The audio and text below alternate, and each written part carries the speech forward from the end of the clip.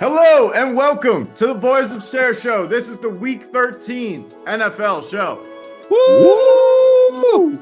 So tomorrow's Thanksgiving. Happy Thanksgiving to everybody watching. And we will not be doing a Thanksgiving special this year because the games are pretty bad. The only one that could be entertaining is the Sunday night game or Thursday night game. I disagree. Bears are going to win. Yeah, I mean, the Bears could make things interesting in the 1 o'clock slate. That's 1 o'clock, right? 12:30. Yeah. 12:30, yeah. Okay. So maybe game one on the slate, probably the game of the week. 425 slot. We got the Eagles going to Baltimore. Ravens are -3.5. Total's 50.5, and we'll give it to Nickson. Are you guys just not so excited for this fucking game? Like, it is going to be, I feel like it's going to be just electric. Like, both sides of the ball is going to be high flying. I think there's going to be a lot of points on the board. I'm just excited to watch it as a football fan. Like, and it just puts a little sprinkle on it that it's my team is playing as well. Our run defense right now is a little injured, and that's not a good thing when you're going against Saquon Barkley and Jalen Hurts and that great offensive line. You don't want to be playing backup linebackers and backup edge players. Like, you want to have your best when you're playing one of the best units at running the ball. With that being said, though, I will go ahead and say that I'm confident the Ravens will put up a lot of points, even against the stout Eagles defense. And that's why I'm going to go ahead and just take the over. No. Oh boy. I think both teams are going to put up a lot of points, but I'm not confident in where the Ravens defense is right now to cover 3.5. I think there's a good chance that this game is within 3 points. Both ways, it's going to be coming down to, I think it's going to be a who has the ball last game. Whoever has the ball last is probably going to win. So I'm just taking the over. 3.5 is a lot of points. All right, I'll jump in here. Nickson, I just want to clarify that it's only 3. It's not 3.5. So I don't know if that changes. Ooh, three makes it interesting because then there's that possible push. I don't know. My record's pretty bad, man. Yeah, you know what? Fuck it, man. I'll take 3. 3.5. I wasn't going to take it. I'll take 3. I was going to say that it's making me a little bit nervous that Nickson's not taking the Ravens here, and he is a diehard Ravens fan. So my take on this game is the Eagles are on a 7-game winning streak right now.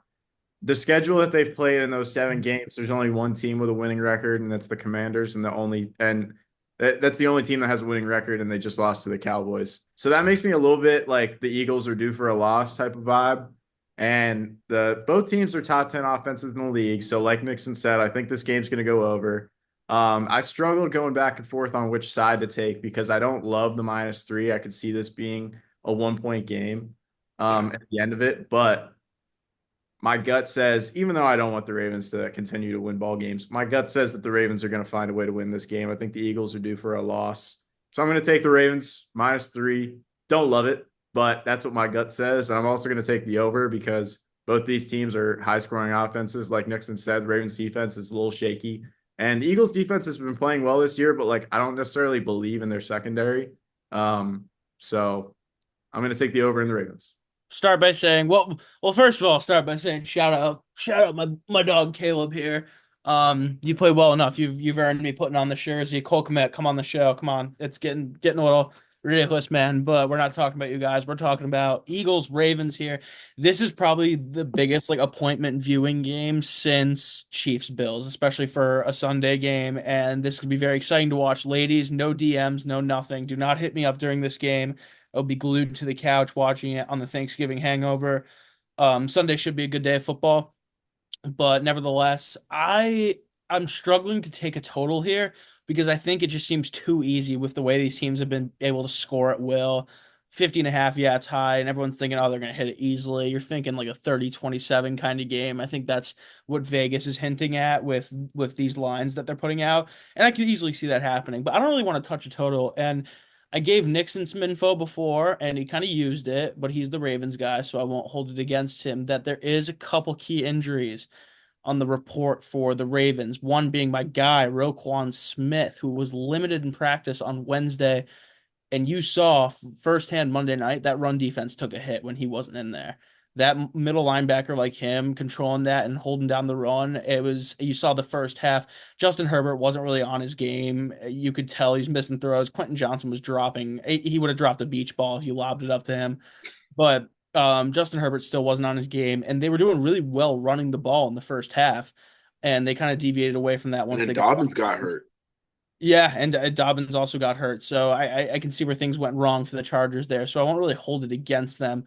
But if Roquan Smith isn't able to play or be at 100% for this game, that's a problem because you need your run stoppers at 100% facing guys like Saquon. A lot of people said, "Oh, Saquon's due for a bad game here and there. Like he's gonna get shut down by somebody. He can't go off on Sunday Night Football against the Rams." And sure enough, he fired off 255 rushing yards, setting a single game record for the for the Eagles franchise.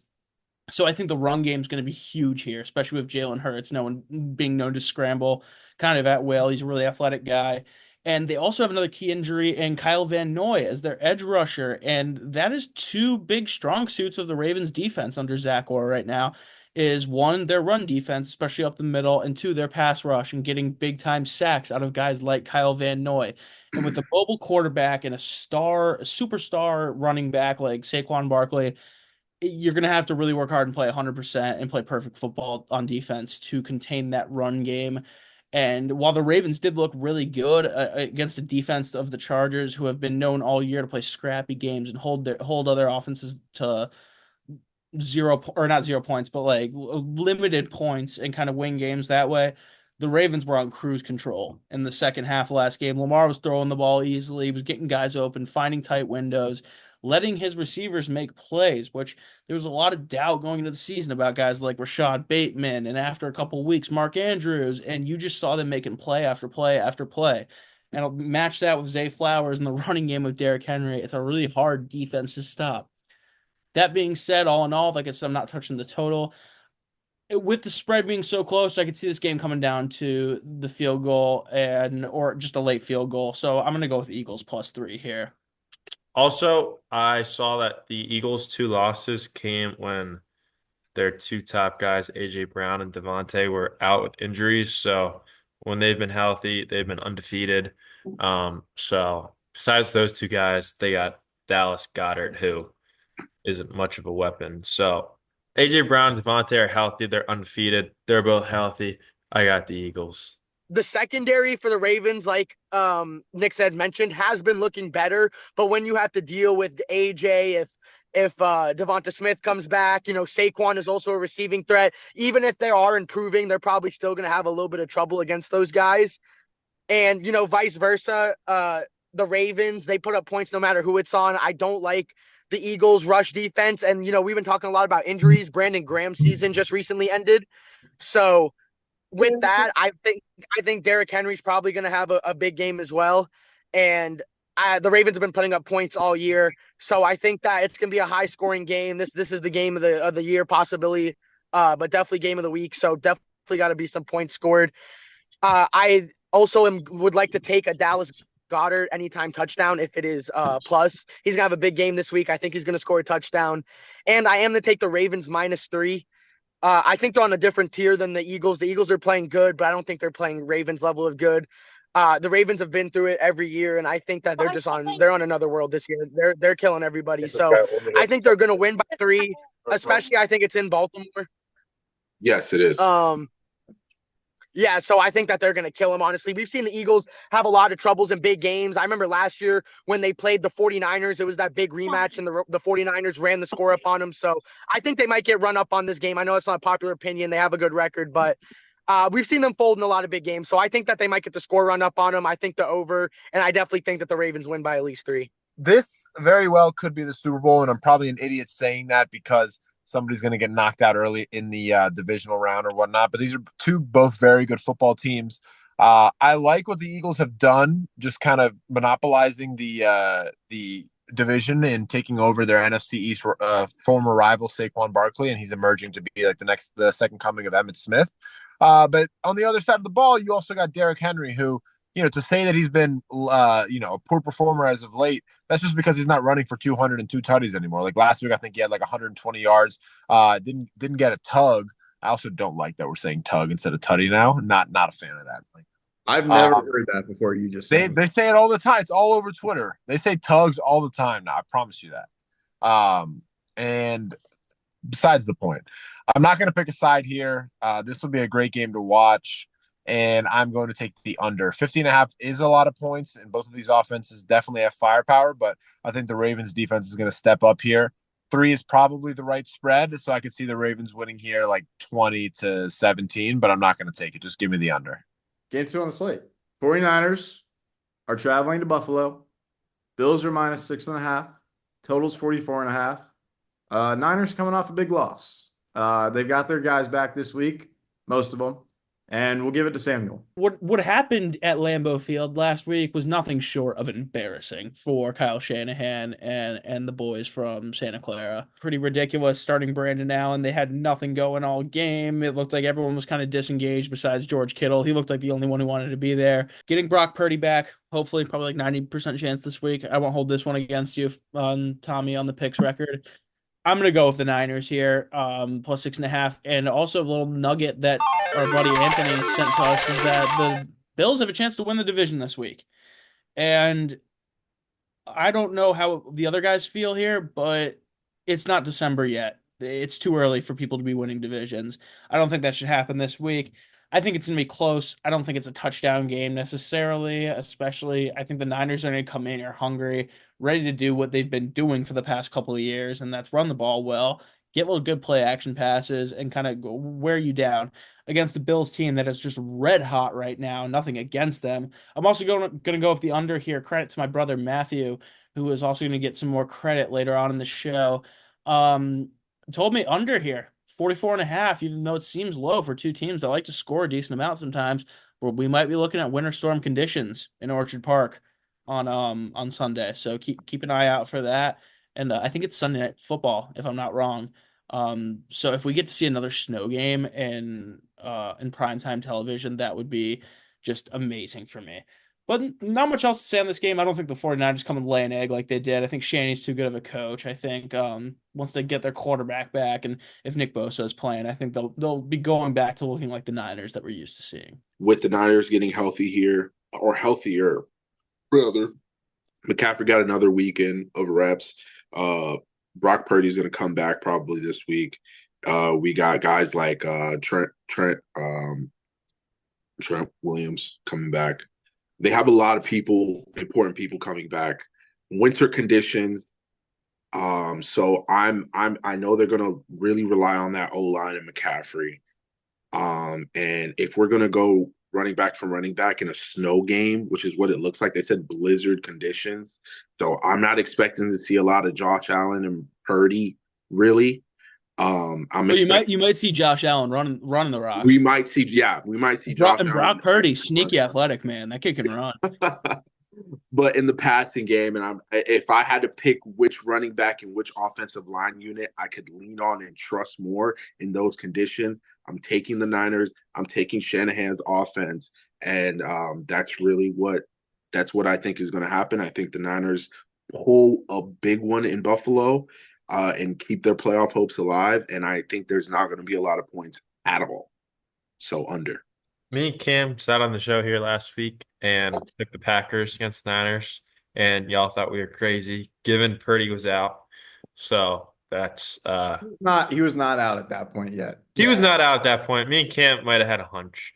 But still, I believe that the Bills are the best team in the league behind the Lions. I think they're on a top echelon tier that no other team is at. And this game's not going to be close. The Bills are scary. And as I said last week, the Niners are frauds. I know you guys can't realize that because they're in the Super Bowl, but they're not good this year. They have a losing record, and I'm taking the Bills. So like has been mentioned, I'll just read it word for word. Lake snow effect is lake snow warning is in effect from Friday through Monday evening with, quote, multiple feet of snow expected by Sunday. So it looks like we are going to be getting a snow game, probably even more than the snow game this past week. Wait, so by Sunday, so are we talking it's going to be snowing during the game, or? We're talking starting Friday, it's going to start snowing and it's going to continue through Monday. Monday.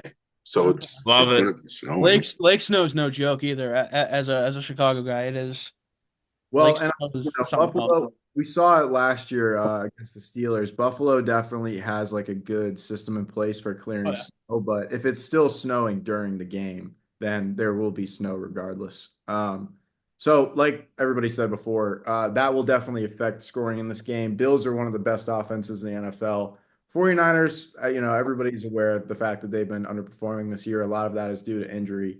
And I think if there was ever a get right game, it would be this game for the Niners. But after putting my credibility on the line last week, and granted, like we already said, Brock Purdy was not announced out on Wednesday of last week when we did the program.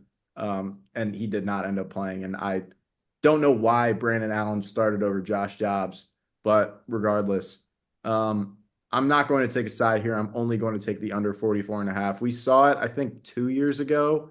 It was the Patriots and the Bills in Buffalo, and it was like a 9-6 game. I'm not saying it's going to be that low, but I don't think that this is going to go over 44.5. I see like a 17 to maybe 9. I think that would cover, but regardless, I think the Niners could cover 6.5. Like if it was Bills minus 2.5 or 3.5, I would take Buffalo, but 6.5 is a lot of fucking points. And I don't think that I don't feel comfortable putting 6.5 down on the Bills against a team that really needs to win this game. They're not completely out of the division race yet either. If they went on a little hot streak, and they have their guys back, but I'm just going to take the under 44.5. I'm tempted to take a Juwan Jennings touchdown, but because of the snow, I'm not going to. And the running backs are all minus money, so I can't do that. But under 44.5. People want to call it football weather. They want to call it Thanksgiving weather. This is Josh Allen weather. Christian McCaffrey hasn't seen snow since his wedding day when he married that bomb of a snow bunny that he calls his wife. Okay. This guy doesn't know what's coming. He played football at Stanford, played in Carolina, and now in San Francisco. This guy's going to get up to the frozen tundra up in Buffalo, and he's going to have another thing coming, let alone the whole team holding out, injuries, whatever you may call it. They might have a culture problem over there. I'm not saying Shanahan's the reason, but you got too much talent to be where you are. Give me the Bills to cover. The under, it's gonna shift. So like by the time that this gets published, it'll probably be at like 39.5 if the weather conditions do come to fruition. But we did it at 44.5. What'd you say? Yeah, if we're staying true to last week, we're picking this at 44.5. All right then. All right then I'm with you, Tommy. I feel like everyone on the card, smart money is going to be on the under, assuming the weather conditions do, like I said, do come to fruition. So give me Bills, give me the under, and then give me Josh Allen anytime touchdown. I did confirm it's plus 105, which is right on the border, but we'll give it to you. All right. Well, Lord knows I need all the help I can get. So 49ers pretty beat up, coming off of a tough loss with literally nobody playing, with a couple JV players they got from the local San Francisco high school. Their season's not looking too good, but they're probably trying to make the best out of it. So I think that this week they might keep it closer. Last week was really bad. They weren't really prepared to be playing with all the missing pieces. But I think this week, they're going to group it together a little bit more. It was an embarrassment last week. I don't think Shanahan stands for that. I saw something that said Shanahan is like on the hot seat. No, he's not. But I think that last week was an embarrassment, and I love the Bills this year. I've been picking them for my locks a bunch. I always take them when we pick their games. I'm taking the under as well. I think that this game, the 49ers are probably going to struggle to put up some points, but their defense, like I mentioned last time we picked them, I believe it was last episode or the episode before, their defense is still pretty good. And I think that they can control the Bills enough to hit the under. So I really like the 49ers covering. Doesn't mean I think they're going to win, but I do like them covering, and I do like the under. All right, it's time for the best part of the show. It's time for the locks of the week. We will give it to Sean. All right, so I was looking at the Jets-Seahawks thriller on Sunday. Both these teams kind of underperforming, and I feel bad for Jets fans. Like, they waited the year, Rodgers got hurt, and they really wanted to come back strong, and Rodgers has just been awful. He reminds me of like Tom Brady and on the Bucs, like his last year, just like miserable and yelling at guys, and I feel bad. But regardless, Neither of these teams really score a lot of points, so give me the under for the Jets-Seahawks game on Sunday. Steelers and Bengals under 47.5. So I'm going to go with that. And it fits the mold. Divisional game. Steelers are gritty, although the Steelers have been playing in a little more high scoring games lately. But I think everyone in their right mind is going to think, oh, it's Joe Burrow, and the Steelers are able to score a little bit now. This game's going over easily. Divisional games after week 13, there was some stat he gave me that they're almost like always going under. So I'm going to go under there. I'm going to trust the data. I'm going to trust family here. Family. Family is what Thanksgiving's all about. Exactly. Thanksgiving. I see how I came full circle there. So I've said this like I don't even know how many weeks in a row. I like to look for a game that doesn't make sense on the board, and like it could be a trap, it could not be a trap, but like it's worked every time for me this year, so I'm gonna keep doing it. Somehow, some way, the Houston Texans are -4.5 against the Jacksonville Jaguars. I don't believe that the Texans should be a 4.5 point favorite against Jaguars. I think they should be a 6.5, 7.5, even more than that point favorite against Jaguars. I realize that they just lost to the Titans. I think that was an aberration. This is also a divisional game, such as the Titans were, and I don't see them losing two divisional games to bad teams. And I think that they'll win by a touchdown at least. They're going to win this division, and this is one of the games that they need to win this division. And like I just see it being a 7 point or more game. It is in Jacksonville, but the Jaguars don't have like a crazy home field advantage or anything. And they did play already. They're also the Jaguars. That's the main point of this take. And Jaguars are 2-9, Texans are 7-5. These teams played in September, early in the year. Nickson did not play in that game, and Tank Dell did not play in that game. Obviously, Stephon Diggs is not playing in this game, so but they haven't had him for a couple weeks now. But Nickson really makes that offense go and gives them that balance. He's obviously playing, and he's playing well. So I'm going to take Texans -4.5 here. I see this being at least a 7 point game. So Texans -4.5. One game I saw that I loved is the Rams -2.5 against the Saints. The Rams are 5-6, looking to win their division.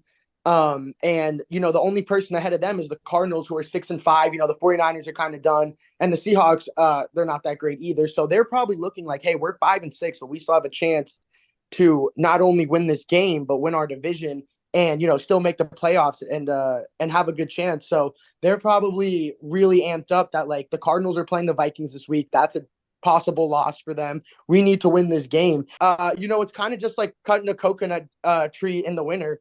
The Rams need it. They need it. They need to win right now. And the Saints, who just because they had Derek Carr the last couple weeks does not mean that they're going to be good. Like, they've played two good games since Derek Carr's been back. He's still Derek Carr. We saw this at the beginning of the year. It doesn't really mean anything. They're not as good as the Rams. They're not really anywhere levels of the same team. The Rams offense fully healthy is just electric. And, the Saints offense fully healthy is Derek Carr throwing up 75, 50. Coby, I don't know if you got disconnected or something, but your take, I literally have nothing else to add to your take. I'm also taking the Rams -2.5. The Saints, they've won their last two. The Rams, like you said, I really think that Sean McVay, he knows how to win towards the back half of the season. He knows how to get his team prepared for the playoffs and a Super Bowl. And a fully healthy Los Angeles Rams is not a team that you want to face in the back half of your season. Saints aren't really playing for much. Rams are the hungry dog, and the hungry dogs always run faster. So I'm with Coby here. Give me Rams -2.5 for lock of the week. Shout out Nickson. I don't know, man. I've been very critical of the Chiefs this year, not because they're winning ball games, but I've just been critical of how they're winning ball games. And they play everyone close. They play no matter what tier of opponent. It could be the worst teams in the league. It could be the best teams in the league. They're playing everybody close. So when I saw the spread of their game against the Raiders being 14, and I know the Raiders just had an injury to Gardner Minshew at quarterback, and they're probably going to have to go to either McConnell or Ritter, which I'm pretty sure they're probably going to lean towards McConnell. I'm pretty confident that the Raiders will cover 2 touchdowns. That is something I could say with confidence because I know the Chiefs have been playing everybody. They almost lost to the Carolina Panthers last week. Like, let's not act like they're world beaters. They're winning games, but they're not world beaters. Like, they're not a juggernaut. They're not like the Bills. They're not like the Eagles or the Lions. They're not on that tier. They're a good team that's figuring out how to win football games. And I think that the Raiders are going to cover 2 touchdowns against them. And it's a divisional game, and I think that that's going to play a part. They see the Chiefs a lot. They understand their offense. And, yeah, that's my pick. That's my lock of the week. Raiders minus 14, I believe it is. All right. Well, hey, thanks for joining us, everybody. Thank you guys for being here. Everybody have a great Thanksgiving. We're going to be eating leftovers until Sunday Night Football, and I'm excited for that. I'm sure everybody else is as well. Like we say every week, we're already week 13. Appreciate ball while we have it. And these should be some really good games this week. So like and subscribe. Like and subscribe.